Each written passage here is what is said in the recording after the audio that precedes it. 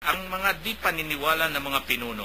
Noong mga panahon nung yun talaga, yung mga pinuno ng bayan ho noon, alam naman ninyo, mga hari ho at mga patriarka ho noon yan ho mga sinasamba nung mga panahong una Kaya nga ho, pinagbawal yung pagsamba ho sa mga tao, sa mga ginagawa na rebulto yung mga hari noon. Ang mga kawal na bantay sa templo ay nagbalik sa mga punong saserdote at sa mga pariseo. Bakit hindi ninyo siya dinala rito? Tanong nila sa mga bantay. Sumagot sila, wala pa pong nagsalita ng gaya niya. Kayo man ba'y nalilambing? Tanong ng mga pariseo. Mayroon bang pinuno o pariseyong naniniwala sa kanya? Wala. Mga tao lamang na walang nalalaman sa kautusan ang naniniwala sa kanya. Mga sinumpa. Isa sa mga naroon ay si Nicodemo na nagsadya kay Jesus noong una. Tinanong niya sila, labag sa ating kautusan na hatulan ng isang tao nang hindi muna nililitis at inaalam kung ano ang kanyang ginawa. Hindi ba? Sumagot sila, ikaw ba'y taga-Galilea? Ikaw ba'y taga-Galilea rin? Magsaliksikat, makikita mo na walang propetang magmumula sa Galilea. Talagang hindi mapaniwalaan talaga ang Panginoon Jesus noon.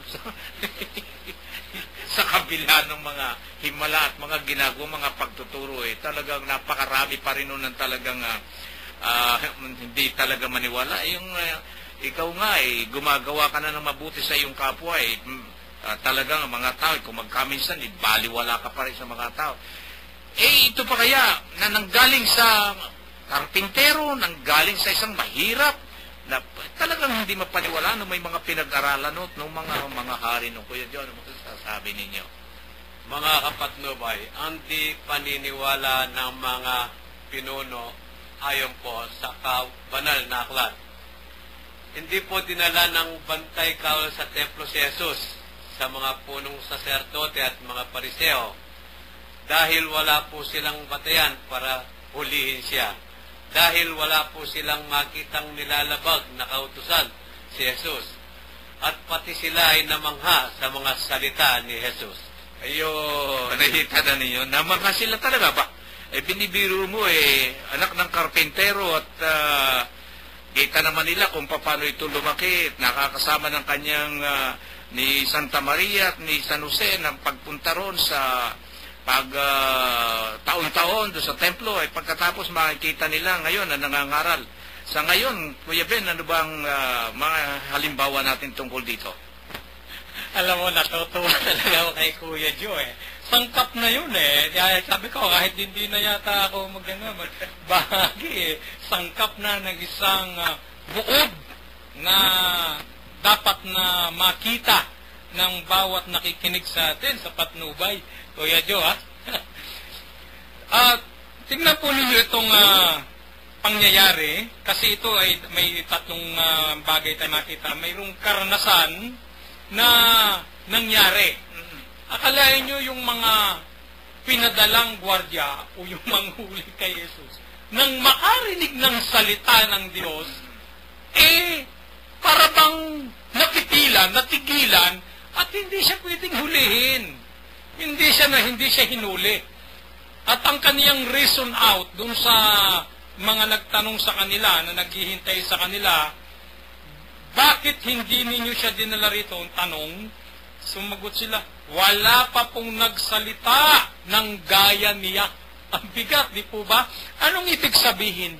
Makapangyarihan ang salita ni Jesus at ang kanyang pangangaral ay tumitimo sa isipan at puso ng mga nakikinig. Sana sa kapanahunan ito, ganun din ang mga nakikinig sa patnubay.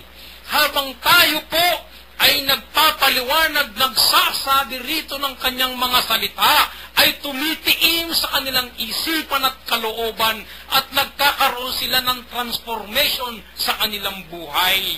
So, ito po ang isa sa punto. Kaya, nagtanong po yung kayo man ba'y nalinglan din? Nalinglan din, Na, ibig sabihin, naloko din? Abay, pinalabas pa ng luluko si Jesus eh. Ito rin ang mga nangyayari sa atin sa kapanahunan eh. Habang ang patnubay ganito kaaktibo, nagsasalita sa radyo, mayroon din po tayo dyan, mga ibang mga nagsasalita at nakikinig na kunyari na may nakikisama din, nagsasalita din pala ng laban sa atin. At ang sinasabi, sino ba naman yan si Brother Bert? Sino ba naman si Brother Men? Si Kuya Joe at si Kuya Ben, wala naman niyang kaalam-alam, hindi naman niya nag-aaral ng hindi naman theologian yan. Hindi naman nagpari ang mga yan. Iyan lang naman ay mga pangkaraniwang laikong ministro na naglilingkod sa simbahan. So, ganyan din po nangyayari sa atin eh. Nangyayari po yan. Pero, mayroon pang pangatlong karanasan dito, si Nicodemo. Di po ba si Nicodemo, ito yung nung ipako na sa krus si Jesus, ay biglang nagkaroon ng transformation. Hindi po ba ito, Kuya Bert? Correct me if I'm wrong. Yun ang nagtanong kay Jesus. Oo. Na paano siya makakapasok sa langit. Ayun, oo. Sabi, kailangan ipanganak na muli. Ayun. Ito ang ginagamit na ngayon ng mga kapatid natin na isinilang na muli. Yan. Alam nyo, ito, napapaganda yung ating pala pag meron tayong ganito eh. Kaya minsan nagsatanong tayo na nagsadya kay Jesus noong una. Tinanong niya sila. Pero, ano ang nasa isipan at karunungan at kaalaman ni Nicodemo? Ito yung isang magandang bagay eh. Kasi ang sabi dito ni Nicodemo sa mga nandoon na nag-uudyok na dapat sana dinala na nila at tinuli, sabi niya, labag sa ating kautusan na hatulan ng isang tao nang di muna nililitis at inalam kung ano ang kanyang ginawa. Hindi ba? Sa kapanahunan ito nakita ka pa lang na may kasamang iba Pinatulang ka na Nang babae na yan, si Brother Men. May kasama Ay, hindi pwede. Hindi pwede. Hindi pwede. Ay, hindi pwede. Ganyan ganyan. Alam niyo, ang tao kasi ngayon sa kapanahunan ito, kaya napakaganda nito Alam na, marami nakakaalam na ang tao ay hindi kagad dapat tumatol sa kanyang kapwa, hindi dapat tatulan ng sinuman kagyat sa anuman kanyang nakikita. Bagkus kailangan litisin, alamin, imbestigahan. Pero sa kapanahunan ito, hindi. Wala pang ebidensya, wala pang nakikitang patunay, wala pang papeles na masasabing na itong taong ito yung nagkasala na, yung mata, yung chismis, ginawa na lahat. Ako'y karanasan ko ito, kuya Karanasan ko ito. Alam mo kung bakit? Isipin mo yung merong isang tao doon sa lugar nung mahal na mahal kong pare na pinupuntahan.